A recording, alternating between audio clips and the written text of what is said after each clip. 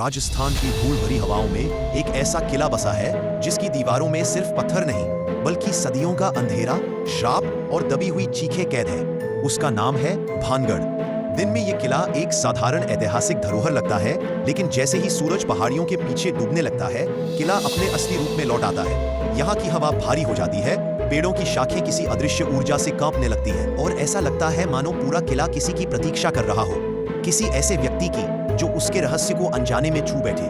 अध्याय 1, रोमांच की शुरुआत। 4 दोस्त रोहन, पूजा, करण और मीरा ने कॉलेज के बाद एक ट्रिप प्लान की थी। रोहन सबसे बहादुर था, पूजा सबसे ज्यादा डरपोक, करण का मजाक उड़ाने का स्वभाव था और मीरा को प्राचीन स्थानों और रहस्यों में बहुत रुचि थी। जब उन्होंने भानगढ़ का नाम सुना तो मीरा की आंखों में चमक आ गई। सुना है यहाँ रात में कोई भी नहीं रुकता, लॉ सख्त है, मीरा ने कहा। करण हंसते हुए बोला, नियम उन्हीं के लिए होते हैं जो डरते हैं, हमें तो एक्सप्लोर करना है। रोहन ने हिम्मत दिखाते हुए कहा, चलो सूरज ढलने से पहले पहुंच जाते हैं, देखते हैं क्या रहस्य है यहाँ। चारों दोस्तों को पता नहीं था कि यह सफर उनकी जिंदगी हमेशा के लिए बदलने वाला है। शाम ढल रही थी जब वे भानगढ़ के मुख्य द्वार पर पहुंचे। आसमान लाल हो चुका था और किले के आसपास एक अजीब सी खामोशी फैली थी। सीढ़ियों पर चलते चलते पूजा को हवा में एक विचित्र सुगंध महसूस हुई, जैसे किसी ने धूप जलाई हो। यहाँ कोई है क्या? पूजा ने डरते हुए पूछा। अगर कोई होता तो एएसआई का बोर्ड नहीं होता, सूर्यास्त के बाद प्रवेश वर्जित, करण ने मजाक उड़ाया। पर रोहन भी धीरे धीरे बेचैन होने लगा था। जैसे ही उन्होंने अंदर कदम रखा, टूटते पत्थरों के बीच से मंत्र जप की बहुत धीमी आवाज सुनाई दी। मीरा तुरंत रुक गई। तुम लोगों ने सुना? उसने फुसफुसाते हुए पूछा। लेकिन अगली ही क्षण आवाज गायब हो गई, जैसे हवा ने उसे निगल लिया हो। चारों ने इसे अपनी कल्पना समझकर आगे बढ़ना जारी रखा, लेकिन उनके भीतर कुछ जाग चुका था, एक अनजाना डर जो धीरे धीरे बढ़ने वाला था। किले के अंदर एक चौड़ा रास्ता था जिसके दोनों ओर टूटी हुई दुकानों जैसे कमरे थे। उनमें से किसी में कोई नहीं था, फिर भी लगता था जैसे किसी की नजरें उनकी पीठ पर टिकी हो। अचानक मीरा ने चिल्ला दिया, रुको। उसकी आंखें दूर एक टूटी हवेली पर टिकी थी। वहां एक लंबी काली परछाई दाईं से बाईं ओर तेजी से गई, बिना किसी आवाज के, बिना किसी इंसानी हरकत के। वहां कोई है, मीरा ने कंपकंपाती आवाज में कहा। करण हंसा, तुम्हारी इमेजिनेशन होगी यार। शाम हो रही है, शैडोज लंबी दिखती है, लेकिन मीरा की सांसें तेज थी। उसे यकीन था कि वो शैडो इंसान की नहीं थी। उस परछाई की चाल में कुछ बहुत असामान्य था, जैसे उसके पैर जमीन को छू ही नहीं रहे थे। किले के बीचों बीच एक पुरानी बावड़ी थी जिसके पास एक वृद्ध व्यक्ति बैठा था। चारों ने सोचा कि शायद वह गाइड हो। क्या आप हमें भानगढ़ के बारे में बता सकते हैं? रोहन ने पूछा। वृद्ध ने उन्हें देखा, उसकी आंखों में भय की लकीरें थीं। तुम लोग यहाँ रात होते होते नहीं रुकना, उसने धीमे से कहा। यह किला श्रापित है, तांत्रिक सिंगिया का श्राप। पूजा ने डरते हुए पूछा, कौन था वो? वृद्ध ने चारों तरफ नजर दौड़ाई और फिर बेहद धीमी आवाज में बोला, वो तांत्रिक रानी रत्नावती को अपने वश में करना चाहता था। जब रानी को पता चला, उसने उसका जादू वापस उसी पर पलट दिया। मरते मरते तांत्रिक ने किले को श्राप दिया कि यहाँ रहने वाला कोई भी इंसान बच नहीं पाएगा। उसके बाद पूरा नगर एक ही रात में नष्ट हो गया। पूजा की रीढ़ में सिहरन दौड़ गई। करण ने मजाक कम और डर ज्यादा दिखाया। आज भी उसकी आत्मा यहीं भटकती है, वृद्ध ने कहा। अगर उसने तुम्हें देख लिया तो वापस नहीं जा पाओगे। इतना कहकर वह उठकर तेजी से चला गया। चारों दोस्त एक दूसरे का चेहरा देखने लगे। अंधेरा तेजी से घिरने लगा था। मीरा ने अचानक एक टूटी हवेली की ओर इशारा किया, वही हवेली जहां मैंने वो परछाई देखी थी। चारों धीरे धीरे वहां पहुंचे। हवेली की खिड़कियां टूटी थी, लेकिन अंदर जैसे किसी ने अभी अभी दीपक बुझाया हो। हल्की सी धुएं की गंध थी। कमरे में एक पुरानी मेज थी जिस पर लाल रंग से लिखा था, मुझे मुक्त करो।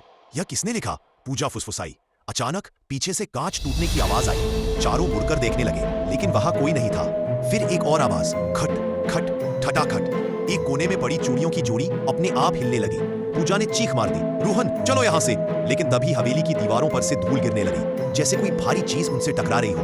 और फिर गली से वही काली परछाई फिर भागती हुई दिखाई दी, इस बार बहुत पास, बहुत तेज, मानो वह उन तक पहुंचने की कोशिश कर रही हो। चारों हवेली से भागते हुए मुख्य रास्ते पर आए। सूरज पूरी तरह डूब चुका था।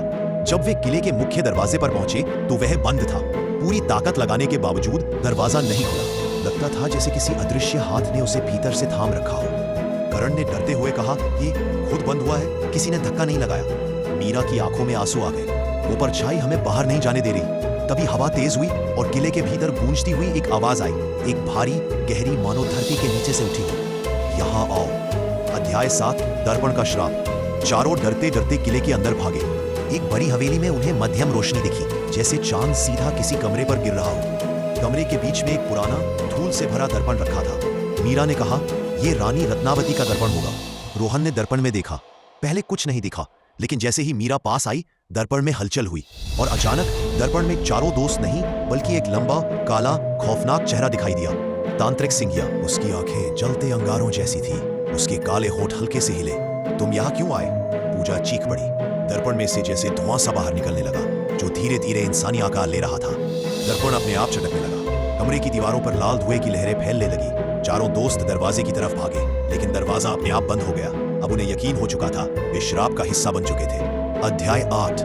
अंतिम भाग। चारों ने एक खिड़की से छलांग लगाई और किले के पिछले हिस्से की ओर दौड़ पड़े। हर दीवार के पीछे वही परछाई दिखाई देती, हर कोने से तांत्रिक की आवाज सुनाई देती। भागो, जितना भाग सकते हो, आखिर में तो मेरे पास ही आओगे। रोहन ने पूजा का हाथ पकड़ा हुआ था। करण बार बार पीछे मुड़कर देखता और हर बार परछाई उनसे और करीब आ जाती। आखिरकार वे किले के पीछे बने एक संकरे रास्ते से बाहर निकलने में सफल हुए। जैसे ही वे गिरे, सारी आवाजें अचानक बंद हो गईं। अगली सुबह गांव वालों ने उन्हें बेहोश पाया। वो जीवित थे, लेकिन उनकी आंखों में एक ऐसा डर था जो किसी जीवित इंसान की आंखों में नहीं होना चाहिए। चारों अस्पताल में थे, लेकिन किसी से बात नहीं करते थे। डॉक्टरों ने कहा कि वे सदमे में हैं। जब उनसे पूछा गया कि किले में क्या हुआ था, चारों सिर्फ एक ही वाक्य बोलते थे, वह अभी भी हमें देख रहा है। समय बीतता गया, लेकिन चारों दोस्तों की हालत में कोई सुधार नहीं हुआ। मीरा रात में चीखने लगती, करण सोते हुए उठकर भागने लगता, पूजा अंधेरे से डरने लगी और रोहन किसी अदृश्य चीज से लड़ता रहता। लोग कहते हैं कि तांत्रिक सिंघिया का श्राप सिर्फ किले के अंदर नहीं बल्कि उनके पीछे भी आ गया। भानगढ़ वही है, चुप, विशाल और अपने अगले शिकार का इंतजार करता हुआ।